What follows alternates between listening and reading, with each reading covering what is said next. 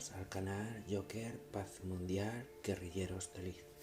Bueno, antes de comenzar a exponer, decir que vamos a empezar a exponer unas informaciones que últimamente Donald Trump parece que es el protagonista de todo esto, y es sobre los documentos desclasificados sobre FJK, John J. Kennedy. Decir que también al mismo tiempo están creando una cortina de humo diciendo que Donald Trump parece ser que estuvo aliado con los rusos para ganar las elecciones de Estados Unidos, y están como siempre intentando poner una cortina de humo, un velo para tapar lo que va a desclasificar sobre FJK, que fue siempre un misterio, y que la historia parece ser que todo lo que han contado sobre ese expresidente asesinado fue totalmente falso y que no es como nos cuentan. Y vamos a empezar a exponer respecto a este tema, y sin más preámbulos comenzamos. Y vamos sobre el verdadero asesino de J. Kennedy. Comenzamos. 50 años después, Trump ha desclasificado una parte de los documentos sobre el asesinato de Kennedy, que estaban clasificados como secretos. No hay gran cosa que sorprenda, salvo volver a constatar en el mundo moderno las versiones oficiales son casi siempre mentira. Los documentos abundan en lo más típico de la política de Washington, donde siempre aparecen entrelazados eso que aquí llamamos las cloacas, y que allí forman la CIA, el FBI, la mafia y la gusanería cubana, involucrados en toda clase de crímenes políticos en nombre de su libertad. No obstante, algunas notas son ciertamente curiosas, porque muestran que la preocupación del FBI no era la investigación de lo ocurrido, porque eso ya lo sabía, sino que es lo que el público debía creer al respecto. Y yo me pregunto, ¿de qué había que convencer a los estadounidenses en 1963?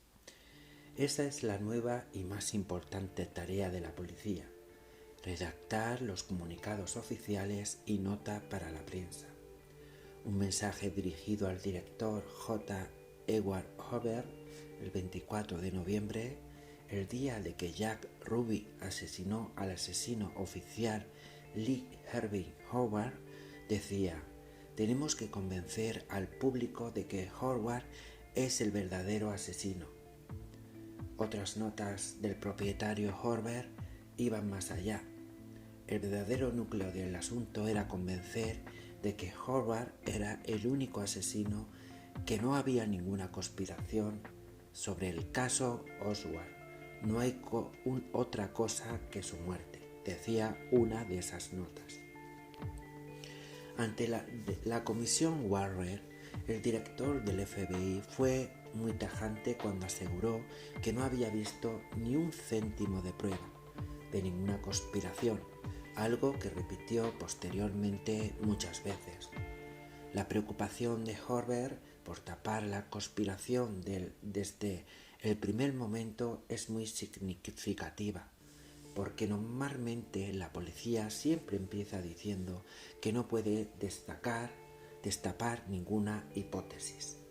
El caso de Kennedy sí lo hizo, y se esforzaron para que todo el mundo descartara esa hipótesis, precisamente, la de la conspiración. Ese mismo interés de Hoover era compartido por el subdirector de la Fiscalía, Nicholas Kertzerbank, del que aparecen varias notas tratando de impedir de todas las maneras posibles que el magnicidio era obra de varios autores. Habrá elementos de nuestra sociedad que gritaban alto y claro que sus derechos civiles han sido violados, como el efecto ha ocurrido, admite el fiscal. 50 años después, esos derechos civiles siguen violados, y lo serán hasta que toda la documentación no sea revelada y el Estado admita lo obvio: que el asesino el asesinato fue un trabajo interior en el que participaron sus más altas instancias, empezando por el vicepresidente Lyndon B. Johnson. Y hasta aquí esta exposición de hoy. Espero que compartáis esta exposición, que os suscribáis al canal, que darle me gusta, compartir esta información. Muchísimas gracias a todos, un abrazo gigante para todos y cada uno de vosotros y hasta el próximo vídeo, amigos. Adiós.